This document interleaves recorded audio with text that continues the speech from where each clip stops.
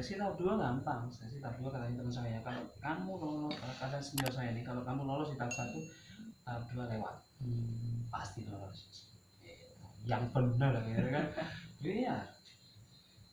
Masuklah saya seleksi tahap 2, saya dipanggil seleksi tahap 2, terus wawancara sederhana bahasa Indonesia tentang pengetahuan kita tentang Pasuruan waktu itu. Setelah wawancara, begitu diumumkan saat itu, karena yang diambil 24 atau 27 waktu itu yang diambil, yang lolos peserta waktu itu tinggal 80 peserta, yang diambil cuma 20, ya tinggal 24 atau 27 dengan cadangan. Jadi ambil 2 untuk ikut di provinsi. Waktu itu saya masuk di peringkat 10.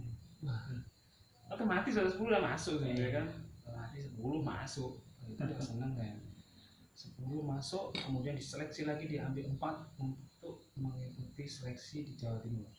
Masuk ke provinsi. Nah, tapi saya tidak sempat, nggak sempat, maksudnya dari Pasuruan itu dari 27 ini disaring lagi menjadi 4. Gitu. Enggak jadi 4, jadi 8 diambil 4. Gitu. 4 diambil 2. Saya kepilih menjadi yang 8. Wah, lolos ini saya Jawa Timur ya. Waduh, gak nyangka ya. Padahal saya inginkan di kabupaten, jebol di Jawa Timur ini. Jadi waktu itu ternyata seleksi mau masuk ke 4 ini saya gagal karena di mana, di bahasa Inggris lagi. Karena diulang bahasa Inggris, karena bahasa Inggris saya tidak bisa diulang gitu. Bahasa Inggris saya kan bahasa Inggris kebetulan jadi nggak bisa diulang. Jadi waktu itu saya gagal, dan mungkin juga ya, muka kurang memungkinkan ya kan. Saya memang saya tidak cakep ya. Saya gagal, tapi saya bersyukur bisa masuk di pasti Pasuruan waktu kabupaten. Nah, setelah itu begitu diumumkan saya lolos, waduh saya senang. Ternyata apa yang saya pikirkan SMP itu tembus. Tidak ada sesuatu yang tidak mungkin ya kan? Selama kita mampu atau masih mau berusaha, pasti kita akan bisa. Tidak ada sesuatu yang tidak mungkin. Kemudian saya lolos sudah ya, jadi paskibraka. Saya sudah kasih tahu sama senior saya, kamu jadi paskibraka masih ada seleksi lagi nanti di dalam. Dan dari 27 itu nanti akan dipisah menjadi pasukan pengibar atau pasukan penurunan seleksi. Setelah terpilah menjadi 2, kamu akan diseleksi lagi, kamu masuk pasukan 17 atau masuk pasukan 8 atau masuk pasukan cadangan. Nah, 3 hari pertama itu sudah saya wanti-wanti, cari muka nih waktunya, cari muka ya harus dibagus-baguskan, panggil harus di depan, walaupun kita sebenarnya dalam hati marah gitu kan. Waktu itu, dan kebetulan waktu seleksi hari 3 hari pertama saya masuk di pasukan pengibar. Waduh senang ya. Intinya pengibaran bendera di pagi ini. Dimasukkan pengibar, seleksi lagi saya masuk di pasukan 8. Nah, pasukan 8 diseleksi lagi, saya masuk di bagian penarik merah putih. Yang teman saya yang bagian ngibar apa? Pembentang. Nah, pembentang merah putih itu dari SMK Purwosari. Pembentang. Yang bawa bendera dari SMA Bangil yang bawa bendera, dan pengawal waktu itu dari Yonsipur 10, dan paskibnya dari Yonsipur 10. Disitulah saya mulai merasakan apa artinya merah putih dan apa artinya kemerdekaan. Disitulah saya merasakan. Ketika itu ada yang namanya pengukuhan. Jadi pengukuhan itu kita dibawa ke pendopo kabupaten. Kalau di sini kan, kalau di istana kan, di sini juga di istana kan, diresmikan atau dikukuhkan oleh seorang presiden. Di sini saya dikukuhkan langsung dengan Pak Bupati. Bayangkan siapa saya, siapa Pak Bupati. Seorang saya anak yang dulunya top, ya kan, melarikan diri dari sekolahan. Saat ini saya mampu atau bisa berjabat tangan langsung dengan Pak Bupati. dan ikat. Jadi ikat ini dulu kita dipasangkan dengan orang bupati, bukan masang sendiri-sendiri gitu, kita pasang satu-satu. Nah, dipasang salaman, dan seperti itu.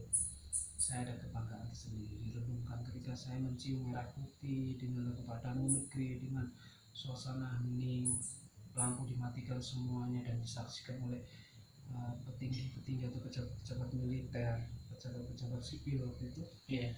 Saya ada kebanggaan tersendiri. Disitulah saya mulai meneteskan air mata ketika saya mencium merah putih dan didampingi oleh bendera pusaka. Masing-masing daerah saya yakin pasti punya pusaka. Kalau pusaka sebenarnya itu ada di istana, ya kan, yang dijahit oleh Ibu Fatmawati. Tapi di masing-masing daerah, di masing-masing kabupaten itu pasti punya pusaka. Makanya yang di kabupaten, yang di Jawa Timur atau di daerah-daerah, mereka disebut paskibraka, bukan paskibra. Paskibraka, pasukan pengibar bendera pusaka. Karena yang mereka kibarkan itu didampingi pasti oleh pusaka daerah masing-masing. Beda kalau kita di tingkat sekolah maupun di tingkat kecamatan, itu yang disebut dengan paskibra gitu. Nggak tahu lagi kalau ada undang-undangnya saat ini, itu menurut pengetahuan saya yang dahulu. Dari situlah saya meneteskan air mata. Dan sampai saat ini kalau saya mendengar lagu Indonesia Raya, bulu saya berdiri semua. Apalagi kalau saya melihat sepak bola di stadion ada teriakan Indonesia gitu saja, mereka mengatakan Indonesia, itu bulu saya berdiri. Ini aja berdiri ya. Nah, ini kan ketika saya meneriakkan Indonesia, ini nyata. Jadi saya tidak mau membuat ketika orang menyebut Indonesia, bulu saya berdiri semuanya. Kalau katanya orang NU itu jalan water minal iman. Jadi itu terserah orang mau mempercayai nggak percaya, itu terserah mereka. Apa yang saya bacakan seperti itu. Iya. Nah, itu. Kemudian dari situlah saya mulai mengenal atau mencintai dengan negara saya sendiri. Saya mencintai negara saya sendiri. Saya mencintai bendera saya, merah putih. Saya bangga dengan Indonesia, saya bangga dengan merah putih. Jangan remehkan merah putih, jangan hina negara saya, dan jangan pernah hina bendera saya. Bulu-bulu berdiri semua. Karena saya bisa marah. Kemudian selesai, banyak sekali pengalaman saya ketika saya karantina. Ya, kalau saya cerita tentang karantina, keluh saya masih ada, tapi itu kesannya gitu lah. Karena itu yang akan membekas. Saya memang dididik oleh militer waktu itu. Ya, dipegang langsung dari sipol. Jadi betul-betul keras, bangun sekian, kalau tidak bangun siap kena hukuman. Jadi nomor sepatu itu bisa pindah di kepala. Waktu itu nomor sepatu bisa kadang pindah di dada di zaman saya. Tapi kalau untuk saat ini enggak, ya, tidak ada kekerasan.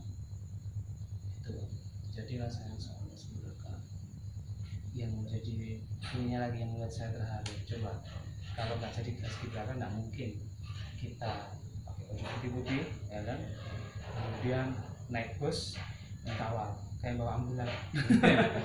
Jadi dikawal sama patwal gitu kan. Pertama kali saya naik itu dikawal patwal. Dulu saya pernah melihat senior saya naik bus kabupaten itu dikawal patwal. Waktu itu lewat di Bujen, di desa Bujen, lewat itu karena itu jalurnya, ya kan. Saya berdiri di situ. Saya memang nunggu, memang banyak anak SMA di situ nunggu. Datang ke dada, saya harus bisa gitu. Saya akan naik di bus itu. Nah, gitu, saya pasti naik di bus itu. Kemudian ternyata saya juga akhirnya di bus itu, gitu. Saya di bus dan saya dada juga. Halo, gitu kan. Dan saya terdimotivasi juga sama teman-teman, sama paski, ya kan, sama pembinanya. Kalian harus betul-betul serius dan kalian harus betul yakin kalau kalian mampu mengibarkan merah putih. Dan ingat, inti dari upacara 17 Agustus itu ada di pengibaran bendera. Inti dari 17 Agustus itu ada di pengibaran bendera. Itu yang saya rasakan sampai saat ini. Karena ribuan mata akan tertuju pada itu kacau gitu kan. Jadi memang kan yang bendera ini kan kita hitung, jadi kita narik itu kan tidak sembarangan, kita hitung berapa tarian. Ya kan? Jadi waktu itu saya libatkan di tengah-tengah, saya lupa sudah itu kan berapa tinggal menggunakan batin kan. Dan waktu itu tidak ada arahan saya disuruh untuk lihat ke atas atau tidak, jadi saya murid saya tidak lihat ke atas, jadi gini, dan itu tepat menggunakan mata hati sebenarnya kan. Panas itu berhasil, begitu selesai kan, kita keluar dari upacara itu, kita ucapkan selamat semua pelatih-pelatih dari semua itu sama-sama. Waduh, senangnya tidak ternilai. Itu mahalnya jadi paskibraka itu. Dan kalau diri ini buat apa, biasa-biasa saja. Paskibraka itu orang dikatakan seorang paskibraka, namanya saja kan pasukan pengibar bendera pusaka. Hitungan menit, anggaplah hitungan jam, ya, hitungan jam dengan proses, dengan space kita mau menuju ke tiang bendera. Jadi sebelum kita membawa merah putih itu kita dikatakan calon paskibraka. Setelah merah putih itu dinaikkan kemudian diturunkan, kita sudah bukan menjadi paskibraka tapi menjadi purna paskibraka. Jadi paskibraka itu menit atau hitungan jam. Nah, hitungan jam. Bagaimana hitungan jam ini akan membekas untuk selamanya, akan membekas untuk bertahun-tahun kalau kita tidak mampu melaksanakan ini dengan sempurna. Memang kesempurnaan itu tidak bisa terjadi, tapi kita akan menunjukkan, ya kan, menunjukkan yang terbaik dengan kemampuan yang kita sudah dapat ketika karantina. Jadi, setelah itu ada acara resepsi, ya kan, saya bisa membawa orang tua saya temukan dengan Bapak Bupati dan segala macam. Itu semuanya tidak ada dalam pikiran saya. Tapi kalau menurut sekarang di dewasa seperti ini, ya boleh mau ketemu bupati kayak mau ketemu ini nggak ada urusan. Tapi ketika di zamannya anak sekolah membawa orang tuanya ketemu dengan pejabat kabupaten atau pejabat daerah maupun presiden, itu menjadi kebanggaan yang luar biasa untuk sekolah dan menjadi sebuah motivasi yang luar biasa. Jadilah setelah itu saya dilantik menjadi purna paskibraka.